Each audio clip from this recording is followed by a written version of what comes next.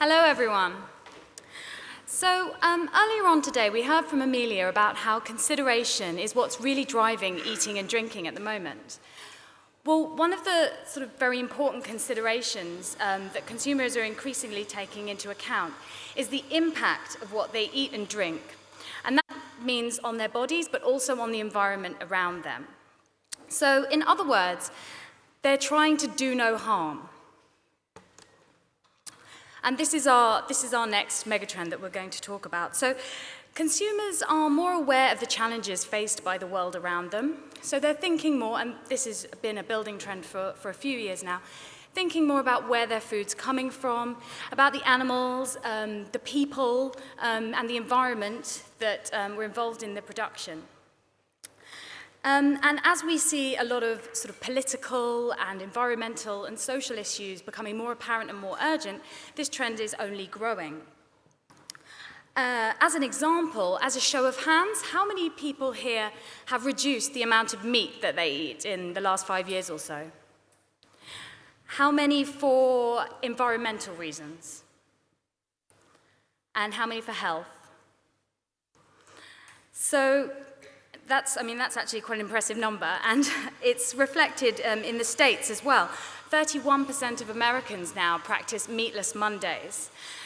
Whatever your motivation, whether it's about health or whether it's about the environment, it's still about doing no harm and sort of thinking about your impact. As you can see from the megatrends underneath this, from the subtrends underneath this megatrend, it incorporates harm reduction in a variety of ways, from reducing meat consumption and food waste, right down to lowering your alcohol intake to reduce the amount of impact on your body.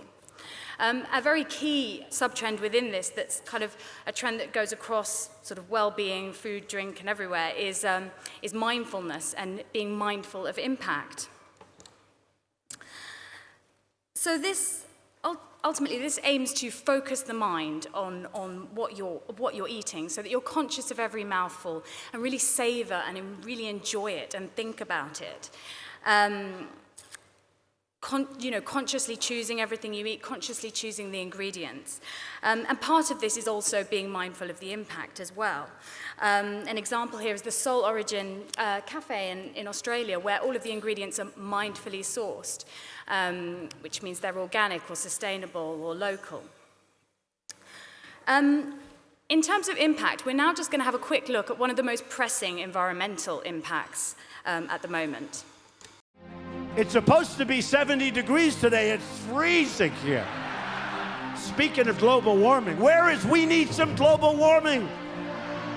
It's freezing. The most criticized scene in the movie An Inconvenient Truth was showing that the combination of sea level rise and storm surge would flood the 9/11 memorial site. And people said, what a terrible exaggeration. Hurricane Sally slammed into New York City last night, flooding the World Trade Center site. Storms get stronger and more destructive. Watch the water splash off the city. This is global warming. I felt so scared. Sorry. Despair can be paralyzing, but this to me is the most exciting new development. We're seeing a tremendous amount of positive change. The basis is there, but it's still not enough.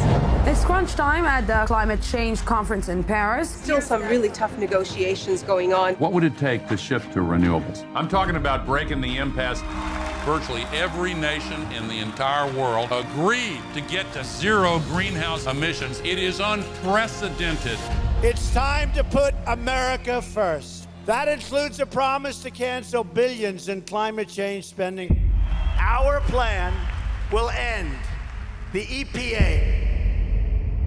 The next generation would be justified in looking back at us and asking, what were you thinking? Couldn't you hear what the scientists were saying? Couldn't you hear what Mother Nature was screaming at you?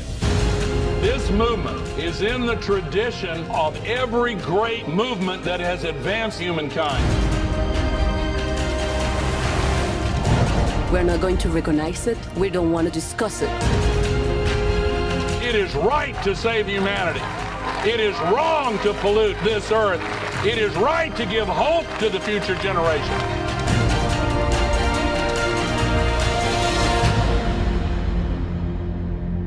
Don't let anybody tell you that we're going to get on rocket ships and live on Mars. This is our home.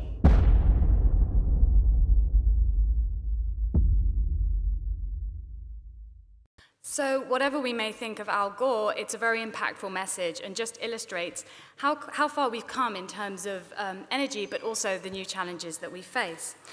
So what does this have to do with our food? Well, there's plenty of suggestion out there to link, if there was wholesale conversion to veganism worldwide, it could have a positive impact on climate change. And consumers are more aware of this. And an example is, for example, 35% of Americans are now getting most of their protein sources from sources other than red meat. So animal rearing in particular, people are aware of the effect that it has on CO2 emissions. They're thinking more about not having whatever they want whenever they want it, regardless of air miles, etc. But not everyone can go vegan tomorrow, and that's what the reducitarian movement is all about, that Amelia touched on earlier, about reducing meat consumption. One popular way, of course, is replacing animal protein with plant-based ingredients. So this doesn't necessarily have to be about sacrifice. Here you can see a very delectable, delicious-looking beetroot Scotch egg from Dominic Ansell and Dan Barber. Plant-based protein is very nutrient-rich, as well as having less of an impact on the environment. So it's win-win and makes sense to switch where we can.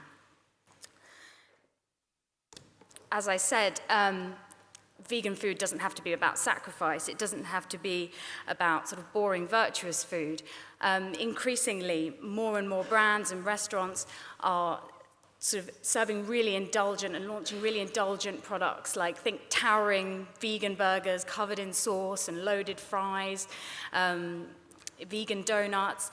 And here's an example of Ben & Jerry's non-dairy range, which is made from almond milk, but it's got all of the yummy chunks that we're used to getting in the conventional varieties. And in particular, as a side note, of course, non-dairy milk is a huge growth area at the moment. Teens consume 550% more than Generation X, which is quite an impressive number. But veganism these days doesn't have to be about whole-scale elimination of animal protein. Today's veganism is about eating less meat, not necessarily eliminating it. I don't know how many people here would describe their diet as flexitarian or their approach to food as flexitarian, but an example here is Teresa Carlos's restaurant in Barcelona, which is called Flax and Kale, and they actually describe their cuisine as flexitarian cuisine. All that means is that there's a variety of dishes on the menu. Some of them are animal protein-based, some of them are plant-based, and they're all delicious, whether you're having the goat's cheese salad or the kale chips. There's no hierarchy of meat and vegetables. It's all good. So depending on whether you're going vegan for a day or for a meal, you have that option there. So brands and restaurants are really making it easier for us to eat a more plant-based diet and less meat. But science is helping as well. So I'm sure that most of you are familiar with the Impossible Burger that became very popular last year and sort of really hit the mainstream last year. A burger that was grown from heme protein, but that looked, tasted, smelled, and even bled like a real burger. Well, it doesn't stop there. Milk Like Milk is being produced in labs from casein, and we've got New Wave Foods in San Francisco who have created shrimps made from algae. And the lab isn't the only new place for food production. As urbanization increases and space is at a premium, brands, restaurants, and even consumers are thinking of more and more ingenious ways to grow and rear in smaller spaces. And we're going to hear a bit more about this from a speaker later. But this example is Perennial in San Francisco. And they actually send the scraps from the kitchen across the bay to a aquaponic greenhouse, so the scraps feed worms, which then feed fish, and the fish then fertilize greens, which are sent back to the restaurant. So it's like a mini ecosystem. So in terms of when consumers are thinking about eating mindfully and what to choose, the organic label really does serve as a hallmark for this, and this is why, despite sort of ups and downs in organic over the past 20 years, we're seeing it still being very strong and something that consumers are paying a lot of attention to, because it's very confusing with all the claims and everything around. When you're in the supermarket, knowing what to choose, it just kind of helps you to identify what's good. And whether it's better for you or not, consumers definitely think that organic food is better for you, it's fresher, and it's more sustainable.